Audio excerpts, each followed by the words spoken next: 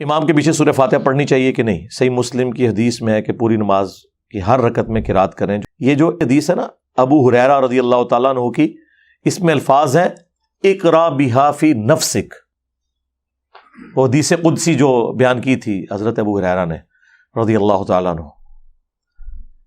تو جب ان سے سوال پوچھا گیا کہ جب ہم امام کے پیچھے ہوتے ہیں تو کیا کریں، تو حضرت ابو ہریرہ رضی اللہ تعالیٰ نے کیا فرمایا؟ اقرا بہا فی نفسک، اپنے جی میں آہستہ آہستہ پڑھو.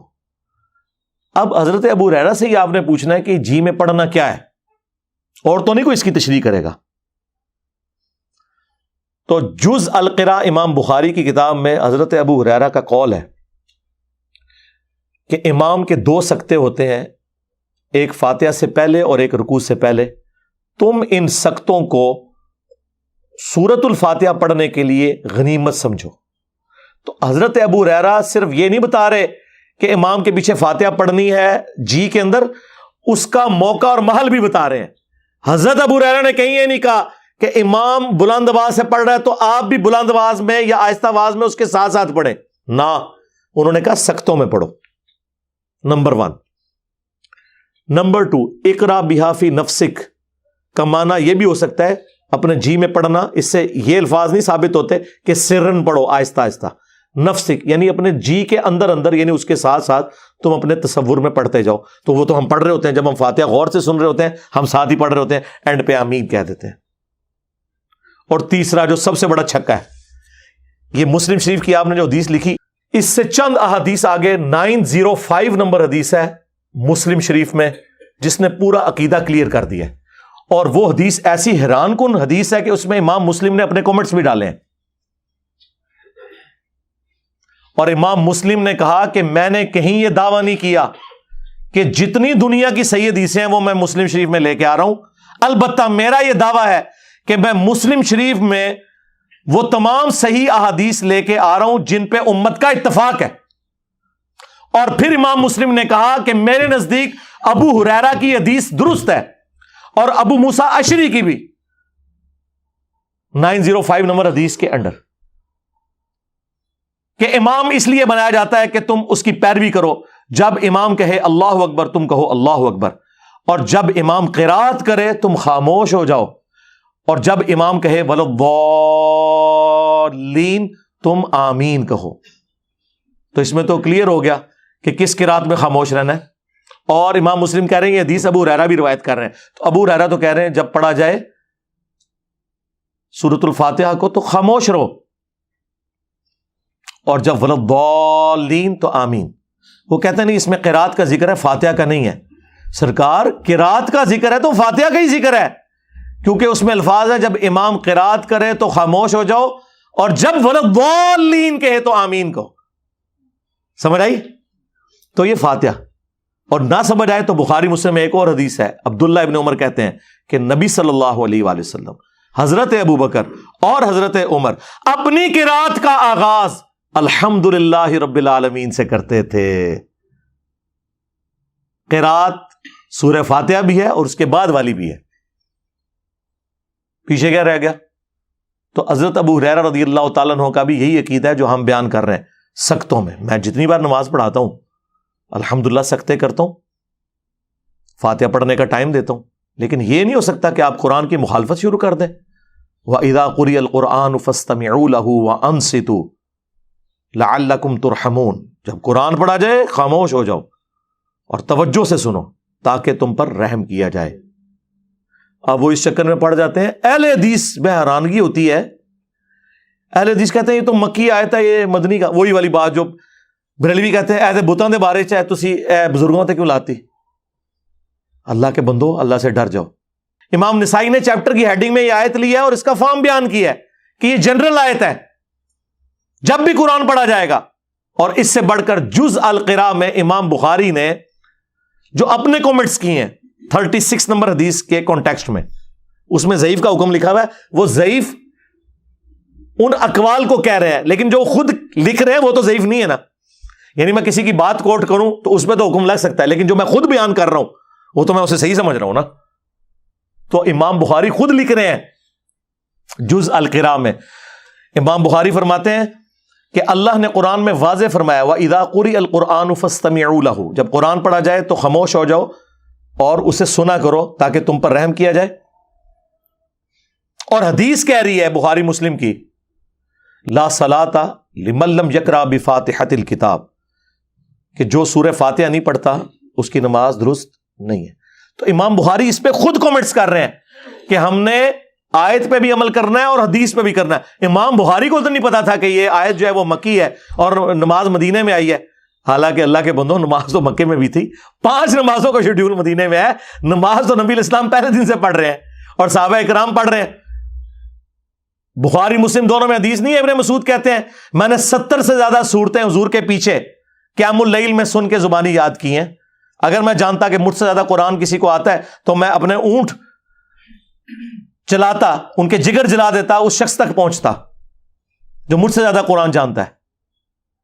تو نبی الاسلام تہجد میں قیام اللیل میں قرات کرتے تھے، صحابہ کرام اسے یاد کرتے تھے، اور 2/3 قرآن تو ہے ہی مکی ہے، 1/3 مدنی قرآن ہے۔ صحابہ کرام نے مکے میں قرآن کیسے یاد کیا تھا؟ نبی الاسلام کے پیچھے وہ پڑھتے تھے۔ سورۃ المزمل میں آیا نبی الاسلام رات میں بعض اوقات 2/3 رات، بعض اوقات آدھی رات، بعض اوقات 1/3 رات قیام کرتے تھے، صحابہ کرام پیچھے سن سن کے اسے یاد کرتے تھے۔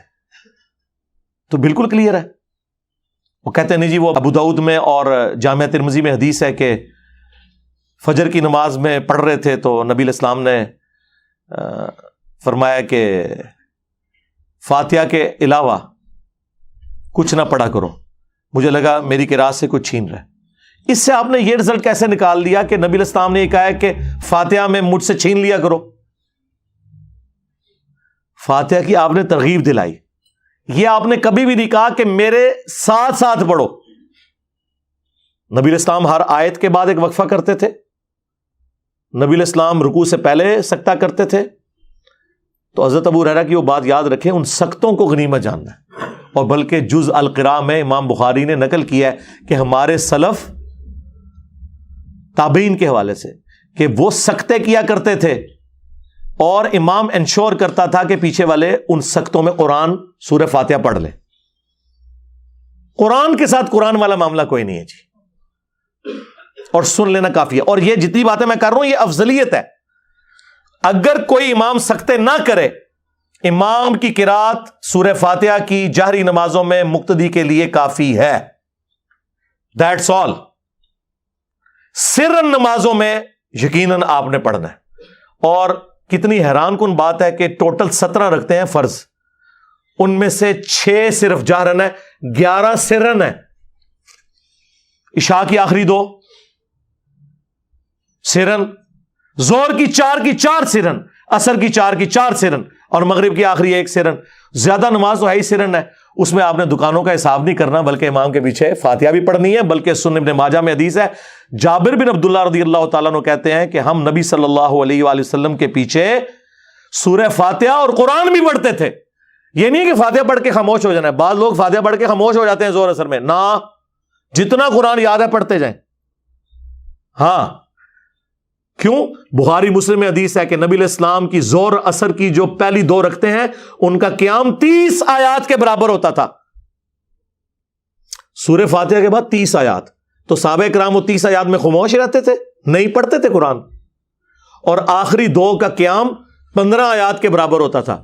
مراد آخری 2 میں بھی سورت پڑھ سکتے ہیں، لیکن بخاری مسلم میں یہ ہے کہ نبی علیہ السلام بسا اوقات فرض کی آخری 2 رکعتوں میں سورہ فاتحہ پہ ہی اکتفا کرتے تھے، سورت نہیں ملاتے تھے۔ بخاری مسلم کے الفاظ ہیں، نبی علیہ السلام بعض اوقات جو قرآن پڑھتے تھے 1-2 آیتیں اونچی بھی پڑھ دیتے تھے زور اثر میں، تاکہ ہمیں پتہ چل جائے کہ آپ کون سی سورت کی تلاوت کر رہے ہیں۔ ایک ایک چیز موجود ہے۔ مجھے بتائیں، یہ کہتے ہیں ہمارے بزرگوں نے اگر دین نہ جمع کیا ہوتا تو دین برباد ہو جاتا۔ برباد ہی تھوڑے بزرگوں نے کیتا ہے۔ اللہ دے بندے ہو، صرف بخاری مسلم اتنی ٹینس ڈیٹیل موجود نے، میرے سے پہلے کسی بزرگ کو توفیق نہیں ہوئی ہے کہ وہ بیان کرے کہ نبی علیہ السلام کا قیام کس طرح کا ہوتا تھا، کتنی آیات اس میں پڑھتے تھے، لینتھ کتنی ہوتی تھی، ایک ایک چیز۔ یہ کسی بزرگ بابے کی کتاب سے نہیں ہے، حدیث کی کتابوں میں۔ ہاں، باقی جو جہرن ہے اس میں آپ سنیں، آپ کا سننا پڑھنے کے ایکویلنٹ ہے۔ اور اگر آپ لیٹ شامل ہوئے اور آپ نے فاتحہ نہیں سنی تو اللہ تعالیٰ نے اس معاملے میں آپ کو ریلیکس کیا ہے. وہ امام کا پڑھنا آپ کے لیے کافی تھا. ایون آپ اگر رکوع میں بھی مل گئے ہیں تو رکعت شمار ہوگی. امت کی اکثریت اس کے اوپر متفق ہے. اور یہ جو میں آپ کو عقیدہ بتا رہا ہوں جہرن والا، اس میں اگر تھوڑا سا کوئی تفرد بنتا ہے نا تو وہ امام بخاری کا ہے، ورنہ باقی سارے سنی اور شیعہ دونوں متفق ہیں. شیعہ کے نزدیک بھی جہرن نمازوں میں آپ نے سن لیا تو کافی ہے، پڑھنے کی ضرورت نہیں ہے. اور اہل سنت میں بھی چاروں امام قائل ہیں، امام حنیفہ، امام شافعی، امام احمد بن حنبل، امام مالک جو بڑے امام ہے، کہ رکوع میں رکعت مل جاتی ہے. علماء عرب سارے قائل ہیں. یہاں پہ اہل حدیث کی اکثریت قائل نہیں ہے، لیکن اہل حدیث میں بھی لوگ قائل ہیں. رہ گیا جہری نمازوں میں سن لینا کافی ہے. اس کے اوپر آلموسٹ اگر میں دعویٰ کروں نا کہ اجماع ہے، کیونکہ عبداللہ ابن مبارک کے بارے میں جامع ترمذی میں آتا ہے کہ وہ امام کے پیچھے فاتحہ پڑھتے تھے، اور ان سے پوچھا گیا کہ اگر کوئی فاتحہ نہ پڑھے تو وہ کہتے ہیں میں کبھی نہیں کہتا کہ اس کی نماز نہیں ہوتی، امام کا پڑھ لینا بھی کافی ہے، لیکن میں ساتھ پڑھتا بھی ہوں. یہ تو کبھی مسئلہ نہیں آیا تھا کہ جہرن میں بھی آپ نے دب کے رکھنا ہے. ہاں اس ایکسٹریم پہ تھا امام حنیفہ کے نزدیک، نہ سرن میں پڑھنا نہ جہرن میں، لیکن یہ غلو پہ مبنی ہے. امام مالک کا موقف پرفیکٹ ہے الحمدللہ، اور وہ یہی ہے کہ جہرن میں سننا کافی ہے اور سرن میں آپ نے پڑھنا بھی ہے. اور یہی موقف امام ابن تیمیہ کا ہے، یہی موقف شیخ البانی کا ہے، محدث اعظم سعودیہ. یہی موقف ہمارے استاد مولانا اسحاق صاحب رحمہ اللہ کا ہے. یہی موقف ہمارے استاد ڈاکٹر اسرار صاحب رحمہ اللہ تعالیٰ کا ہے. اور یہی موقف الحمدللہ قرآن و سنت سے دلیل کے ساتھ ثابت ہوتا ہے. اسی لیے آج سے آلموسٹ کوئی 5 سال پہلے میں نے ایک ویڈیو ریکارڈ کروائی تھی، نیو فاتحہ خلف الامام. اس میں میں نے اپنے پرانے اس معاملے میں رجوع کیا تھا، جس میں میں کہتا تھا کہ جہرن میں بھی آپ ساتھ ساتھ پڑھیں اور سکتے نہ دینے کا وبال امام پر ہوگا. لیکن آپ کو حیرانگی ہوگی، اس وقت بھی میں یہ کہتا تھا، 8 سے 11 سال پہلے بھی، مسئلہ 84 فاتحہ خلف الامام کا نکال لیں. اس میں بھی میں نے کہا تھا کہ جو لوگ نہیں پڑھتے فاتحہ، میں یہ نہیں کہتا ان کی نماز نہیں ہوتی ہے، ان کا موقف بھی جو جہرن میں خاموشی سے سنتے ہیں وہ مضبوط ہے، لیکن میں اسے بہتر سمجھتا ہوں. تو اللہ کا شکر ہے میں نے اس وقت بھی کبھی کیٹاگوریکل ڈینائی نہیں کیا تھا، لیکن آج اللہ وجہ بصیرت یہ موقف میں صحیح سمجھتا ہوں کہ جہرن میں سن لینا کافی ہے. سرن میں آپ، جس میں یعنی آہستہ آواز میں امام پڑھتا ہے، آپ ساتھ ساتھ پیچھے پڑھیں گے. ظاہر ہے آپ کو تو امام کی آواز نہیں آ رہی. اب مجھے بتائیں حنفیوں کا کیا بنے گا، تیرا کیا بنے گا کالیا؟ تو نے تو کہانی کرائی تھی وَإِذَا قُرِئَ الْقُرْآنُ فَاسْتَمِعُوا لَهُ، کہ جب قرآن پڑھا جائے تو اس کو غور سے سنو اور خاموش ہو جاؤ. تو بتا 17 میں سے 11 رکعتوں میں تو اونچی آواز سے قرآن ہی نہیں پڑھا جاتا، تو پھر کیوں خاموش کھڑا ہو کے دکانوں کا حساب کرتا ہے؟ اے حنفی مسلمان، زور اثر میں تیرے پاس کیا بہانہ ہے؟ تیرے پاس کون سی قرآن کی آواز آ رہی ہے جو تو نے خاموشی سے سننی ہے اور توجہ کے ساتھ اس میں بولنا نہیں ہے؟ بلکہ حنفی تو مسافر امام کے سلام پھیرنے کے بعد بھی مقیم کی آخری 2 رکعتوں میں بالکل خاموش رہنے کا کہتے ہیں. اندازہ کریں. تو وہ دوسری ایکسٹریم کے اوپر ہے. ہاں امام احمد بن حنبل، امام شافعی وہ کہتے ہیں سرن ہو جارن ہو پڑھنا ہے، لیکن وہ میں نے بتایا کہ وہ سکتوں کے ساتھ ہے. وہ ابو داؤد میں حدیث موجود ہے، نبی علیہ السلام کے 2 سکتے ہوتے تھے. ایک فاتحہ سے پہلے دعائے استفتاح کے لیے، یہ صرف پہلی رکعت میں ہوتا تھا، یعنی ثنا پڑھنے کے لیے. اور دوسرا سکتہ رکوع میں جانے سے پہلے، وہ ہر رکعت میں ہوتا تھا. آج بھی حرمین میں، حرم مدینہ میں مسجد نبوی کے اندر جو مسجد نبوی کا امام ہے وہ سکتے کرتا ہے فاتحہ پڑھنے کے لیے، اور وہ اتنی لمبا سکتہ ہوتا ہے کہ پاکستانی تو 3 دفعہ سورہ فاتحہ پڑھ سکتے ہیں. شروع میں جب میں گیا نا تو میں بڑا حیران ہوا کہ یار یہ اتنی دیر خاموش کیوں کھڑے ہوتے ہیں، بھول جاتے ہیں کیا؟ وہ پھر میرے انکل وہاں پہ 36 ایئرز سے مقیم تھے، وہ مسجد نبوی میں نماز پڑھتے تھے، فوت ہو گئے، بقی غرقت میں دفن ہے. اللہ تعالیٰ ان کی غلطیوں سے درگزر فرمائے، انہیں نیک کاموں کا اجر دے. تو انکل اجاز مجھے بتانے لگے کہ یہ سکتہ کرتے ہیں قرآن پڑھنے کے لیے. ہاں حرم مکہ میں نہیں ہوتا، وہاں پہ بھی ہونا چاہیے. یہاں پہ بھی بعض اہل حدیث مساجد کے اندر سکتہ ہوتا ہے، جماعت المسلمین والے کرتے ہیں، اور ان کا موقف بالکل اس حوالے سے میں سمجھتا ہوں صحیح ہے، قرآن و سنت کے مطابق وہ سختوں میں قرآن پڑھتے ہیں، لیکن یہ غلو نہ کریں کہ اگر کوئی سختہ نہیں کرتا نا تب بھی سن لینا کافی ہے، یا لیٹ شامل ہوئے ہیں تو امام کی قرات مقتدی کے لیے کافی ہے سورہ فاتحہ کی. لیکن یہ میں بات کر رہا ہوں جہرن نمازوں کی، جہاں پہ سرن ہے وہ آپ نے پڑھنا ہے. وہ میں نے ابن ماجہ کی حدیث بتائی کہ جابر بن عبداللہ کہتے ہیں کہ ہم نبی علیہ السلام کے پیچھے صرف سورہ فاتحہ نہیں اس کے بعد بھی قرآن کا حصہ پڑھتے تھے. ظاہر جب آپ اتنا لمبا قیام کریں گے تو فاتحہ کے بعد خاموش ہو کے کیا کریں گے؟ دماغ میں خیال تو آئیں گے، دماغ تو سوچتا ہے. تو صحابہ کرام قرآن پڑھتے تھے، لیکن آپ نے وہ اتنی اونچی آواز سے نہیں پڑھنا کہ ساتھ والے ڈسٹرب ہوں، یہ ذہن میں رکھنا ہے. لہٰذا اسی کانٹیکسٹ میں جابر بن عبداللہ رضی اللہ تعالیٰ عنہ کا قول ہے جو ترمذی میں موجود ہے کہ فاتحہ کے بغیر نماز نہیں ہوتی مگر یہ کہ تم امام کے پیچھے ہو. اس سے مراد بھی صرف جہری نمازیں ہیں، نہ کہ سرن نمازیں، کیونکہ سرن میں تو وہ خود بھی سورہ فاتحہ اور 7 آیات ملایا کرتے تھے. تو یہ مقدمہ بالکل کلیئر ہے، صحیح مسلم کی حدیث 905 ڈیسائسو ہے. امام مسلم نے کامنٹس کر دیے کہ ابو ہریرہ کا بھی یہی موقف ہے، اور ابو موسیٰ اشعری نے بھی یہ حدیث روایت کی ہے کہ جب امام قرات کرے تم خاموش ہو جاؤ، اور جب وہ ولضالین کہے تم آمین کہو. تو ہمارا یہ جو مقدمہ ہے یہ الحمدللہ قرآن و سنت میں بالکل فٹ ان بیٹھتا ہے. یہ اکثر لوگ پوچھ رہے ہوتے ہیں تو میں بار بار اس چیز کو ہائی لائٹ کر چکا ہوں.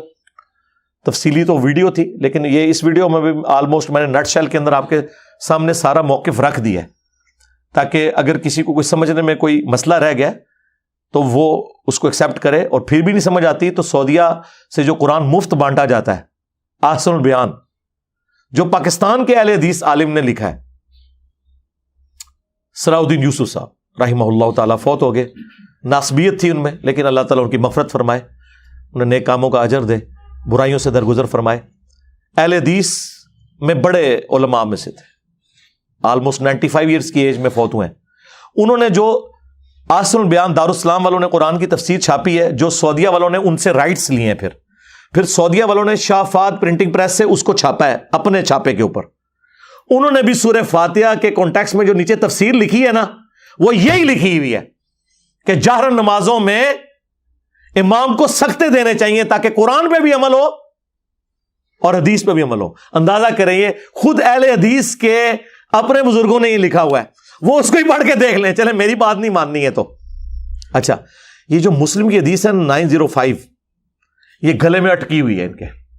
اہل حدیث کے پاس کوئی چارہ نہیں اس حدیث کا، یا تو اس حدیث کو ضعیف کہہ دیں، وہ کہہ نہیں سکتے. ویسے ایک بندے نے جرت کی ہے، ارشاد الحق عصری صاحب، جو ہمارے استاد مولانا اسحاق صاحب کے بارے میں فتویٰ دینے والوں میں پیش رہے ہیں. وہ بڑے اسٹانٹ قسم کے وہابی ہیں. انہوں نے تو کہا کہ یہ جو مسلم میں آگے الفاظ ہے نا، یہ صحیح نہیں ہے. مسلم شریف تو شیخ زبیر لیزئی رحمہ اللہ نے ان کے رد پہ ایک مضمون لکھا، اور انہوں نے ایگزامپلس کوٹ کی کہ اگر ایک راوی حدیث بیان نہ کرے اور دوسرا بیان کرے اور وہ ثقہ ہو تو وہ جو اس میں زائد بات ہوتی ہے اس کے ساتھ ایکسیپٹ کی جاتی ہے. شاذ وہ قول ہوتا ہے جو اس کے خلاف ہو، یہ خلاف نہیں ہے، اس کی ایکسپلینیشن ہے. شیخ زبیر صاحب نے مسلم کی 905 انٹرنیشنل نمبرنگ جو کانٹینیوس ہے اس کا دفاع کیا. اس کا مطلب ہے کہ ارشاد الحق عصری صاحب کو یہ بات سمجھ آ گئی تھی کہ 905 نمبر حدیث مسلم کی ہمارے فرقے کے اس مسئلے کی موت ہے، کیونکہ اس میں الفاظ ہیں جب امام اللہ اکبر کہے تم اللہ اکبر کہو، جب امام قرات کرے تم خاموش ہو جاؤ، اور جب امام ولضالین کہے تم آمین کہو. تو واضح ان کو پتا چل گیا تھا کہ گل کدھر اور جا رہی ہے. تو واقعی انہوں نے صحیح ڈیسیژن کیا کہ اس حدیث سے جان چھڑاؤ. لیکن مسلم شریف سے کیسے جان چھڑائیں؟ شیخ زبیر صاحب نے کہا نہیں یار یہ کیا کر رہے ہیں. تو انہوں نے کہا کہ اگر اس کو صحیح مانو گے تو پھر مسئلہ خراب ہوگا. تو شیخ زبیر صاحب نے ایک تیسرا حل تلاش کر لیا. انہوں نے کہا یہ حدیث منسوخ ہے.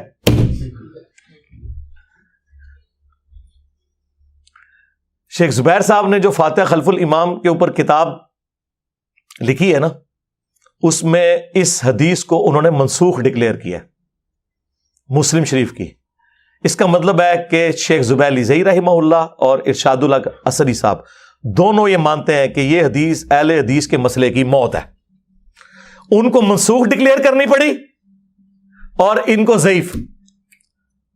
منسوخ کیسے ہے یہ ناسخ تو ہو سکتی ہے، منسوخ نہیں ہے۔ منسوخ کیسے ہوگی؟ کہتے ہیں منسوخ ہوئی ہے اس حدیث سے لا صلاۃ لمن لم یقرأ بفاتحۃ الکتاب۔ سرکار اس کو تو ہم بعد میں دیکھیں گے، قرآن کی آیت کو حدیث نے کیسے منسوخ کر دیا؟ یہ تو قرآن میں آیت ہے وَإِذَا قُرِئَ الْقُرْآنُ فَاسْتَمِعُوا لَهُ وَأَنصِتُوا۔ اور دوسرا شیخ زبیر صاحب تو خود کہتے تھے سلف کا منہج، سرکار اس آیت کو چیپٹر کی ہیڈنگ میں لکھ کے امام نسائی نے سلف کا منہج بھی بتا دیا ہوا ہے کہ آپ نے خاموشی سے ہی سننا ہے۔ امام نسائی نے تو کمال کر دیا ہے، اس کو چیپٹر کی ہیڈنگ میں ڈالا ہے۔ امام نسائی اسی چیز کے قائل ہیں کہ جاری نمازوں میں آپ نے پیچھے نہیں پڑھنا۔ اور دوسرا منسوخ کیسے ہوئی؟ امام مسلم تو کہہ رہے ہیں کہ وہ پہلے لے کے آئے حدیث حضرت ابو ہریرہ والی اقرا بہا فی نفسک، جس کی یہ تفسیر یہ اہل حدیث جو بیان کرتے ہیں میں اس سے نہیں ایگری کرتا۔ میں نے آپ کو لاجیکلی بتایا کہ خود ابو ہریرہ جب کہہ رہے ہیں کہ سختوں میں پڑھنا ہے تو بات ختم ہو گئی۔ امام مسلم پہلے وہ حدیث لے کے آئے حضرت ابو ہریرہ والی، اس کے بعد ابو ہریرہ کے ریفرنس سے لے کے آئے کہ ابو ہریرہ رضی اللہ تعالیٰ عنہ کہتے تھے کہ جب امام قرات کرے تم خاموش رہو، اور جب وہ ولضالین کہے تم آمین کہو۔ تم ناسخ تو پھر یہ حدیث ہے 905، نہ کہ وہ لا صلاۃ لمن لم یقرأ بفاتحۃ الکتاب، بخاری کی حدیث یا مسلم کی اقرا بہا فی نفسک۔ وہ بھی حدیث نہیں، حضرت ابو ہریرہ کا قول ہے، لیکن ہمارے لیے وہ حدیث کے درجے میں حدیث موقوف تو ہے۔ آپ کو یہ پورے کا پورا سینیریو کلیئر ہو گیا؟ لہٰذا وہ جو ترمذی کی حدیث یا ابو داؤد کی حدیث عبادہ ابن صامت والی جس میں وہ جہری نماز کا ذکر ہے، ویسے تو وہ حدیث شیخ البانی اس حدیث کو ضعیف کہتے ہیں، اور شیخ زبیر لزئی صاحب اسے کہتے ہیں حسن درجے سے نہیں گرتی۔ میرے نزدیک اگر اس کو حسن بھی مان لیا جائے تب بھی وہ مسئلہ آپ کا حل نہیں کرتی ہے، کیونکہ انہی احادیث کے اوپر تو امام نسائی نے باب باندھا ہوا ہے، اور امام نسائی نے اس سے وہ رزلٹ نکالا ہوا ہے جو ہم نکال رہے ہیں، جو امت کی اکثریت کا رزلٹ ہے۔ اور دوسرا یہ ہے کہ آپ نے سختوں میں پڑھنا ہے۔ عبادہ ابن صامت کا فجر میں یہ کہنا کہ پڑھنی ہے تو اس پہ محمول ہے کہ اس زمانے میں صحابہ کرام سکتے کرتے تھے، جو نبی علیہ السلام نے کیے، آیت کے بعد بھی سکتا اور رکوع سے پہلے بھی سکتا۔ سختوں کی حد تک یہ بات درست ہے۔ میں جتنی بار جماعت کراتا ہوں، میں آلموسٹ پچھلے کوئی 6-7 سال سے 5 نمازوں میں امامت کرتا ہوں الحمدللہ، اور میں سکتے کرتا ہوں، فاتحہ پڑھنے کا ٹائم دیتا ہوں تینوں نمازوں میں۔ ظہر اثر میں تو ویسے ہی ضرورت نہیں رہتی، وہ تو آپ خاموشی سے پڑھ رہے ہوتے ہیں۔ تو الحمدللہ سختوں والا معاملہ جو ہے اس کے ساتھ یہ چیز جڑی ہوئی ہے۔ یہ میں نے مسئلہ اس لیے کھول کے بیان کیا کہ لوگ بڑے پریشان ہوتے ہیں، اور وہ کہتے ہیں جی انجینئر صاحب پہلے یہ کہتے تھے، جو میں پہلے بھی کہتا تھا آپ ذرا وہ بھی سنیں۔ اس میں نے کہا تھا کہ جو جہرن میں سکتے نہیں کرتے اور صرف سن لیتے ہیں، ہم یہ نہیں کہتے ان کی نماز نہیں ہوتی، امام مالک کا یہ موقف ہے۔ لیکن بعد میں جب مجھے پتا چلا کہ اس میں تو صرف اہل حدیث کا تفرد ہے، اور وہ بھی چند اہل حدیث کا، باقی پوری امت دوسری طرف کھڑی ہوئی ہے، اور احادیث بھی دوسری طرف کھڑی ہوئی ہے۔ نماز کا آپ کو سکون آئے گا، آپ کبھی اس کو اپلائی کر کے دیکھیں، جب امام قرات کر رہا ہے تو آپ اس قرات کے اندر توجہ کریں، سورہ فاتحہ ہو یا بعد والی، تو آپ کو نماز میں ٹیسٹ بھی۔ یہاں تو میں دیکھتا ہوں کہ وہ آتے ہیں، ان کو اس سے غرض نہیں کہ امام کیا کر رہا ہے، دڑ دڑ دڑ اپنی فاتحہ پڑھنی شروع کر دیتے ہیں، اور وہ فاتحہ مجھے بتائیں توجہ سے پڑھی جا رہی ہوتی ہے، جس میں آپ کو آواز بھی آ رہی ہو دوسری قرات کی، اور آپ اس چکر میں فاتحہ پڑھوں، نہ آپ اس کی قرات صحیح سن رہے ہو نہ اپنی صحیح کر رہے ہیں، تو کیا نکالا اس میں سے؟ خام خواہ ایک مستحب کام کو اس لیول پہ آپ لے گئے کہ اسے فرض بنا دیا، اور یہ کہا نماز ہی نہیں ہوتی، اور لوگوں کو مصیبت میں ڈال دیا۔ اور اللہ کا شکر ہے کہ میں اتنا ہارڈ لائنر ہونے کے باوجود اللہ کے فضل سے جب یہ چیز مجھ پہ کھلی تو میں نے الحمدللہ اس معاملے میں پوری سختی کے ساتھ اس موقف کو بیان کیا کہ یہ بہت آپ غلط کھیل کھیل رہے ہیں امت کے ساتھ، جو آپ کہہ رہے ہیں کہ جہر نمازوں میں پیچھے پڑھتے آؤ۔ تو لوگ تو سکون میں آ گئے، لوگ کہتے ہیں شکر الحمدللہ ہماری زندگی آسان ہو گئی ہے۔ اور مجھ سے پہلے بھی اور لوگوں نے باتیں کی ہیں، لیکن ظاہر انہوں نے تو اپنا خیال ظاہر کیا تھا نا۔ ہم نے تو لوگوں کو یہ کہا ہے کہ دلائل کے بغیر آپ نے کسی کی بات نہیں ماننی، سوائے اس شخص کے جس کی قبر مدینے میں ہے صلی اللہ علیہ وآلہ وسلم، ان کا کہہ دینا ہی کافی ہے، لیکن باقیوں سے آپ نے دلیل مانگنی۔ مجھ سے پہلے یہ بات مولانا مودودی کرتے تھے رحمہ اللہ، ڈاکٹر اسرار صاحب رحمہ اللہ، مولانا اسحاق صاحب رحمہ اللہ، اور ان سے بھی پہلے امام ابن تیمیہ رحمہ اللہ، شیخ البانی رحمہ اللہ دور حاضر میں بہت بڑے سلفیوں کے امام، ان سب کا یہ موقف ہے. لیکن دلائل کے ساتھ کوئی بندہ ذکر کرے نا، تو مخالفین کے بھی جب دلائل دے تو پھر انسان کو ذرا تسلی ہوتی ہے کہ یار یہ بات بالکل ٹھیک ہو رہی ہے. یہ اس طریقے سے ہی تھا کہ انہوں نے اس کو زیادہ غلوف کے اوپر جو ہے وہ لے گئے، اس کی وجہ سے لوگوں کے لیے بڑی مصیبت کھڑی کی ہوئی ہے، اور لوگ بڑی ٹینشن لیتے ہیں. اور جو رکوع میں آ کے ملتے ہیں یا فاتحہ کے بعد شامل ہوتے ہیں، وہ بیچارے پھر ایک رکعت بھی ملا رہے ہوتے ہیں. ہم انہیں کچھ نہیں کہتے، آپ ملانا چاہتے ہیں ضرور ملائیں، آپ کا رائٹ ہے. لیکن امت کی اکثریت اس کی قائل ہے. خود شیخ زبیر صاحب نے ابن مسعود رضی اللہ تعالیٰ عنہ کا اپنا عمل لکھا ہے کہ وہ بھی رکوع میں رکعت ملنے کے قائل تھے. وہ کہتے ہیں ہم مانتے ہیں، لیکن وہ کہتے ہیں کہ ہم وہ جو حدیث ہے ابو بکرہ والی جو بخاری میں آئی کہ ایک شخص نماز میں شامل ہوا، سیدھا رکوع میں چلا گیا، جس کی وجہ سے حنفی رزلٹ نکالتے ہیں کہ اس نے پھر کوئی اور رکعت نہیں ملائی تھی. اور امام بخاری نے اس حدیث سے کہا کہ آپ رزلٹ نہ نکالیں کہ رکوع میں رکعت مل جاتی ہے، کیونکہ امام بخاری ایک اور روایت لے کے آئے ابو سعید خدری سے غالباً رضی اللہ تعالیٰ عنہ کہ رکعت اس وقت شمار کرو جب تم قیام کی حالت میں امام کو پاؤ. لیکن اس میں بھی قیام کا ذکر ہے، اور یا رکوع میں جانے سے پہلے فاتحہ پڑھنے کی ترغیب امام بخاری نے کہا کہ اس حوالے سے ہونی چاہیے، تو تب رکعت شمار ہوگی. لیکن امام بخاری کے سامنے یہ حدیث ابو بکرہ والی جو خود بخاری میں لے چکے تھے کہ وہ صحابی نے تو قیام بھی نہیں کیا، ڈائریکٹ آ کے رکوع میں ملے، تو نبی علیہ السلام نے فرمایا کہ تمہارے جو نماز کا شوق یہ میں نے دیکھا ہے، آندہ جب تم آؤ تو تسلی سے آؤ. وہ پیچھے سے ہی رکوع میں چلے گئے تھے، پھر چلتے چلتے صفوں میں شامل ہوئے. حضور نے کہا تسلی سے آؤ، صف میں کھڑے ہو کے نماز میں جو رکعت ملے وہ لے لو، جو رہ جائے وہ پوری کر لو. تو جو لوگ رکوع میں رکعت ملنے کے قائل ہیں وہ اس کو دلیل کے طور پر پیش کرتے ہیں کہ دیکھیں ابو بکرہ رضی اللہ تعالیٰ عنہ کو رکوع میں ملنے پہ نبی علیہ السلام نے یہ نہیں فرمایا کہ تمہاری رکعت رہ گئی ہے. دوسرے لوگ کہتے ہیں اس میں عدم ذکر ہے، اس میں کوئی تفصیل ہے ہی نہیں ہے. ویسے میرے نزدیک یہ بات دونوں طرف جا سکتی ہے. ہو سکتا ہے انہوں نے ملا لی ہو اور زیادہ چانس ہے کہ نہیں ملائی ہو، کیونکہ اگر ملائی ہوتی تو اس کا ذکر موجود ہوتا. بہرحال ہم دونوں کو بینیفٹ آف ڈاؤٹ دیتے ہیں. اس سے امام بخاری جو رزلٹ نکال رہے ہیں وہ تو بڑی مشکل سے ہی نکلتا ہے، دوسرے جو نکال رہے ہیں وہ پھر بھی نکل آتا ہے، لیکن ہم وہ بھی نہیں مانتے. ہم نے دوسرے دلائل آپ کے سامنے رکھ دی ہیں. مسلم کی ایک حدیث 905 نمبر وہ سارے کے سارے مسئلے کو کلیئر کرتی ہے اور وہ فٹ ان بیٹھتی ہے. اور جز القراء میں خود امام بخاری مان رہے ہیں کہ قرآن پہ بھی عمل کرنا ہے، وَإِذَا قُرِئَ الْقُرْآنُ فَاسْتَمِعُوا لَهُ، اور حدیث پہ بھی عمل کرنا ہے سختوں کے ذریعے. تو میرے خیال ہے سختوں والا معاملہ ایسا ہے. باقی اگر سختہ مختصر ہو یا مغرب کی آخری رکعت میں تھوڑی دیر کے لیے امام فاتحہ کا وقفہ کرے، کیونکہ حنفی تو آخری رکعت میں 3 دفعہ سبحان اللہ بھی پڑھ لیتے ہیں، حنفی بھی اور شیعہ بھی. ان کے نزدیک صرف پہلی 2 رکعتوں میں فاتحہ ضروری ہے، آخری 2 رکعتوں میں صرف 3 دفعہ سبحان اللہ یا تسبیحات پڑھنے سے بھی نماز ہو جائے گی. تو اس لیے وہ بعض اوقات مختصر کرتے ہیں. لوگ کہتے ہیں ہم تو فاتحہ کی بھی 2 آیتیں ہی پڑھی ہیں، امام رکوع میں چلا گیا. سرکار آپ رکوع میں چلے جائیں، جتنا پڑھا جاتا ہے وہ پڑھا جائے. ایک دفعہ بھی آپ کی فاتحہ ہو گئی ہے تو وہ ایکویلنٹ ہے. یہ بھی سلف میں موقف رہا ہے، پوری نماز میں ایک دفعہ بھی سورہ فاتحہ. ہاں، جز القراء میں امام بخاری نے سلف کے حوالے سے یہ چیزیں نقل کی ہوئی ہیں. صلو علی محمد و آل محمد، اللہم صلی علی محمد و علی آل محمد.